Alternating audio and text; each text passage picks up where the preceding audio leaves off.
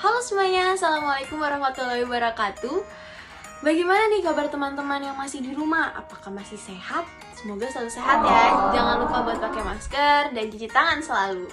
Oh iya, jadi pada video kali ini saya dan teman-teman saya ingin sekali menjelaskan tentang peradaban Islam di dunia. Kira-kira bagaimana ya? Oke, yuk langsung aja ke materi pertama, yaitu tentang sejarah awal mula turunnya agama Islam ke bumi. Kira-kira bagaimana ya? Islam yang diwahyukan kepada Nabi Muhammad SAW telah membawa bangsa Arab yang semulanya dari bangsa yang bodoh, terbelakang, bahkan dikucilkan oleh bangsa lain menjadi bangsa yang sangat maju. Ia dengan cepat bergerak mengembangkan dunia, mengembangkan suatu kebudayaan dan peradaban yang sangat penting artinya dalam sejarah manusia hingga sekarang. Salah satu peristiwa penting yang memperlihatkan kebijaksanaan Nabi Muhammad terjadi pada Nabi Muhammad berusia 35 tahun. Mau tahu ceritanya nggak?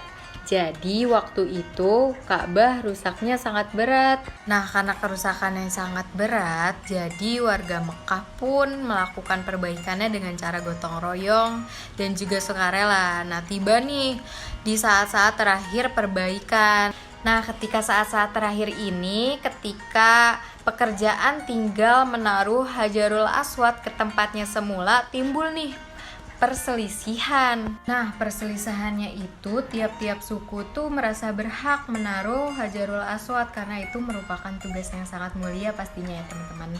Nah, karena saking memanasnya dan memuncaknya perselisihan, maka pemimpin Quraisy mengatakan dan sepakat bahwa barang siapa yang masuk ke Ka'bah dari pintu sofa yang pertama akan dijadikan hakim untuk memutuskan perkara ini.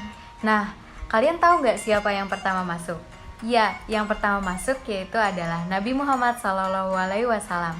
Ia pun dipercaya menjadi hakim dan ia pun membentangkan kain dan meletakkan Hajar Aswad di tengah-tengah lalu meminta seluruh pemimpin suku memegang tepi kain dan mengangkatnya secara bersama-sama. Setelah mencapai ketinggian tertentu, Nabi Muhammad pun meletakkan Hajar Aswad di tempatnya semula dan perselisihan pun terselesaikan dengan cara yang sangat bijaksana. Dan semua kepala suku sangat senang dengan penyelesaian yang seperti itu. Nabi Muhammad pun kembali ke Madinah. Beliau mengatur organisasi kemasyarakatan kabilah yang telah memeluk agama Islam. Petugas keagamaan dan para dai ditugaskan untuk ke berbagai daerah untuk mengajarkan agama Islam. Beliau mengatur organisasi kemasyarakatan kabilah yang telah memeluk agama Islam. Petugas keagamaan dan para dai dikirimkan ke berbagai daerah kabilah mengajarkan ajaran-ajaran Islam, mengatur peradilan dan memungut zakat. 2 bulan setelah itu Nabi Muhammad menderita sakit demam. Tenaganya dengan cepat berkurang. Dan pada hari Senin, 12 Rabiul Awal 11 Hijriah atau 8 Juni 632 Masehi, Nabi Muhammad SAW telah wafat di kediaman istrinya yaitu Aisyah radhiyallahu anha. Nah, dari perjalanan Nabi Muhammad kali ini dapat disimpulkan bahwa Nabi Muhammad SAW di samping sebagai pemimpin agama juga seorang negarawan, pemimpin politik dan administrasi yang cakap. Hanya dalam waktu 11 tahun menjadi pemimpin politik, beliau berhasil menundukkan Jazirah Arab ke dalam kekuasaannya. Nah, jadi gitu tuh sejarahnya. Gimana? Teman-teman udah ngerti belum? Kalau belum ngerti, taruh ya di kolom komentar. Nanti kita bakalan jawab satu persatu. Nah, kita lanjut aja yuk ke materi selanjutnya, yaitu 7 kota yang menjadi saksi bisu peradaban Islam yang sangat-sangat luar biasa. Kira-kira bagaimananya? Yuk, langsung saja. Di sini saya akan menjelaskan tentang 7 kota yang menjadi saksi bisu dari berbagai kisah dan peristiwa bersejarah dalam perkembangan Islam. Yang pertama yaitu ada kota Alexandria di Mesir. Di kota ini terdapat Masjid At-Tarim yang semula merupakan gereja, kemudian diubah menjadi masjid ketika Arab berkuasa. Yang kedua ada Yerusalem di Israel. Bagian yang terpenting dari kota ini adalah Masjid Al-Aqsa dan Masjid Qubbat As-Saqqah. Masjid Al-Aqsa menjadi saksi berfungsi penting dalam peristiwa Isra Mi'raj. Dan Masjid Quba sendiri merupakan masjid Khalifah Umar yang kemudian diperluas oleh Khalifah Al-Malik. Namun, masjid ini sudah hancur akibat gempa. Yang ketiga, ada Amman di Yordania. Di kota ini terdapat peninggalan Nabi Musa alaihissalam dan Nabi Syuaib alaihissalam. Dan ada pula terdapat makam muadzin terkenal pada masa Rasulullah Shallallahu Alaihi Wasallam. Yang keempat, itu ada Fez di Maroko. Kota ini sering dijuluki sebagai Mecca of Fez. Kawasan kota tuanya yang disebut sebagai Fez El Bali ditetapkan sebagai situs warisan dunia UNESCO. Yang menariknya, di kota ini terdapat University of Al-Khairun yang didirikan sejak 859 sebelum Masehi, dan Masjid Al-Khairun bisa menampung hingga 20.000 jamaah. Yang kelima, ada Qom di Iran. Kota ini disebut kota suci karena terdapat makam putri kesayangan Nabi kita, yaitu Nabi Muhammad SAW, yaitu Fatimah. Pemimpin revolusi Iran yaitu Imam Khomeini pun menuntut ilmu di kota ini. Yang keenam, ada Granada di Spanyol. Dulunya kota ini pernah menjadi pusat ilmu keislaman terbesar, dan dibangun pula istana indah bernama Alhambra yang masih berdiri kokoh di Granada hingga saat ini. Dan yang terakhir atau yang ketujuh, itu ada Istanbul di Turki. Kota ini dulu bernama Konstantinopel sebelum akhirnya diubah menjadi Istanbul oleh Kerajaan Ottoman. Nama Istanbul berarti kota Islam. Bangunan yang menjadi saksi kejayaan Islam pada masa Ottoman yaitu Hagia Sophia, dan ada pula Topkapi Palace yang menyimpan banyak. Wah, keren banget ya. Tapi teman-teman, tau gak sih sebenarnya masih banyak loh kota-kota yang menjadi pusat peradaban. Nah, ini juga menjadi topik utama kita yang tidak kalah seru dari 7 kota yang tadi sudah kita sebutkan. Nah, yuk langsung aja, daripada banyak-banyak penasaran, yuk kita lihat apa aja sih kota yang menjadi pusat peradaban Islam di dunia. Guys, assalamualaikum warahmatullahi wabarakatuh. Dan balik lagi sama aku Krisnawati, dan aku bakal jelasin kota-kota yang ada di peradaban Islam pada zaman dahulu. Apa aja sih kota-kotanya? Oke, langsung aja. Yang pertama ada kota Baghdad. Kota Baghdad itu sangat terkenal dengan kota yang sangat indah, dibangun oleh 1.000 lebih pekerja yang dipimpin oleh Hajjaj bin Arfah. Oke guys, kita lanjut kota yang kedua ya. Kota yang kedua tuh ada namanya kota Samara. Nah, di kota ini tuh emang terkenal banget sama keindahannya dan keramahannya serta kebersihannya guys. Nah, kota ini tuh terletak pada 60 km dari kota Baghdad, merupakan kota yang sangat indah untuk dipandang. Guys, lanjut untuk kota yang ketiga. Di kota ini tuh terdapat yang namanya Kerajaan Mulukotoan. Nah, benar sekali, kota ini itu bernama kota Sevilla, kota yang sangat indah pada zaman dulu. Kota ini merupakan ibu kota Spanyol di kerajaan itu, dan terdapat masjid yang berubah fungsi menjadi gereja. Nah, gereja itu sekarang dikenal dengan Gereja Santa Maria. Oke, next selanjutnya ada kota Granada. Kota Granada itu merupakan kota yang terletak di Spanyol dan mempunyai tanah yang subur. Kota keempat ini merupakan kota dari peradaban Islam yang terdapat Kerajaan Alhambra. Saking indahnya guys, kota Granada ini pernah menjadi tempat syuting film-film Korea. Wow, keren banget ya. Siapa sih yang nggak tahu film Korea? Pasti kalian jadi pecandu film Korea, ya kan? Lanjut, kita ke kota yang kelima. Kota kelima ini diberi nama kota Cordoba, yaitu kota yang sangat bersih, nyaman, aman, damai, dan sejahtera. Kota ini menjadi kota peradaban Islam didirikan oleh Abdurrahman Ad-Daqi. Oke guys, yang terakhir itu ada kota Kairo.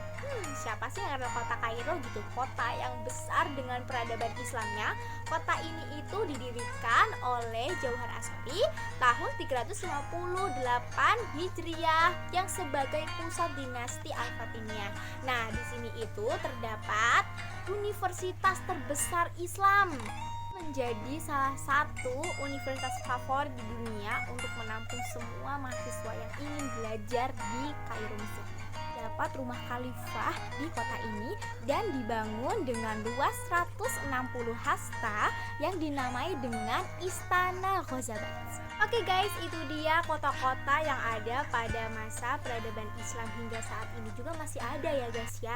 Semoga sejarah itu tetap kita kenang dan kita pelajari untuk menjadi wawasan yang terbaik untuk kita. Oke guys, jangan lupa subscribe, like, dan komen ya. Bye! Nah, jadi gitu tuh ceritanya. Ih, seru banget ya. Tapi teman-teman tahu gak sih, selain kota-kota yang menjadi saksi bisu tentang peradaban Islam, ada juga loh bangunan-bangunan bersejarah yang memang menjadi bukti bahwa Islam itu pernah menjelajah ke seluruh negeri yang memang keren banget. Mau tahu gak sih apa aja? Yuk kita simak. Nah, selanjutnya aku akan menjelaskan tentang bangunan-bangunan apa saja atau barang-barang apa saja yang menjadi bukti bahwa peradaban Islam tuh memang beneran ada loh. Yang pertama ada madrasah. Madrasah ini didirikan pada zaman Abbasiyah. Semenjak madrasah didirikan, ilmu pengetahuan mengenai Islam sangat berkembang begitu cepat. Nah, dari masa Abbasiyah ini pun banyak sekali madrasah yang didirikan pada kota-kota yang memang mengemban ilmu tentang keislaman. Wah, keren sekali ya. Dari satu madrasah lalu berkembang ke banyak kota-kota yang memang membutuhkan ilmu pengetahuan mengenai Islam. Nah, tapi selanjutnya ada juga loh kutab. Kutab itu apa sih? Kutab adalah semacam madrasah tapi ini lebih sederhana. Karena dimulai dari SD, ibaratnya sampai dengan SMP. Nah, selanjutnya juga ada masjid. Nah, seperti yang kita ketahui, masjid adalah tempat ibadah bagi umat muslim. Yang dimana masjid itu sangat-sangat dibutuhkan karena memang tempat berkumpulnya para ulama-ulama. Selain sebagai tempat untuk beribadah, masjid juga berperan penting dalam pengumpulan suara seperti mengumpulkan ahli-ahli fikir untuk mengatasi suatu masalah atau menyelesaikan suatu masalah pada masa itu. Selanjutnya ada perpustakaan juga loh di masa itu. Apa sih nama perpustakaan itu kira-kira? Nama perpustakaannya adalah Darul Hikmah. Nah, Darul Hikmah ini didirikan oleh khalifah yang bernama Harun ar-Rasyid. Nah, dan perpustakaan ini pun terus dilanjutkan oleh khalifah-khalifah berikutnya. Lalu selain itu banyak juga loh tempat-tempat yang memang bersejarah lainnya dan sangat-sangat istimewa bahkan sampai sekarang, seperti Masjid Raya yang ada di Cordoba. Lalu ada Istana Islam yang ada di Cordoba, sangat-sangat cantik bahkan sampai sekarang. Lalu juga ada Taj Mahal yang ada di India, dan juga ada masjid yang bernama Masjid Imu Taulon Kairo, tentunya yang berada di Kairo. Ini membuktikan bahwa Islam memang pernah ada, bahkan terus hidup sampai sekarang. Dan ini merupakan bukti konkret bahwa Islam sangat-sangat pintar dalam menjalankan beberapa strategi hingga akhirnya dapat menguasai beberapa kota yang ada di belahan dunia. Selain tempat bersejarah yang sangat banyak dan masih terjaga sampai sekarang kecantikannya, ada juga loh dan sangat banyak sekali ilmuwan-ilmuwan yang memang berperan penting dalam ilmu pengetahuan. Seperti, oh iya, jangan lupa berbuat baik. Sekian materi dari kami, kurang lebihnya mohon dimaafkan. Wassalamualaikum warahmatullahi wabarakatuh. Jaga kesehatan ya guys. Seperti Al-Kindi, Al-Farabi, Ibnu Bajjaj, Ibnu Tufail, Ibnu Sina, Al-Ghazali, Ibnu Rushid, Jabir bin Hayyam, Hunaim bin Ishaq, Tabik bin Qurau, Al-Razik, Umar Al-Faruq, dan masih banyak lagi. Wah, keren banget ya. Jadi ilmu pengetahuan sudah berkembang sejak zaman Islam mulai menjajah dan mulai menyebarkan agama itu sendiri.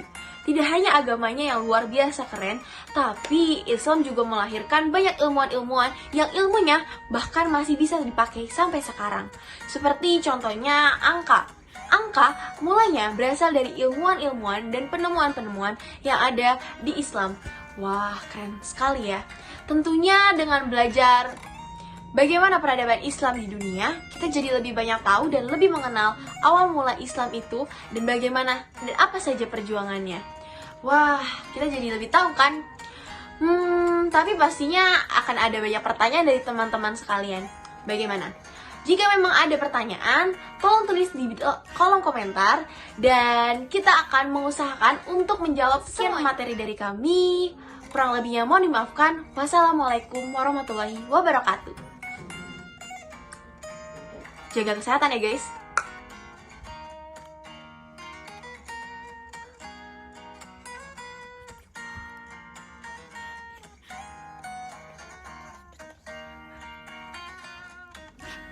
Oh iya, jangan lupa berbuat baik.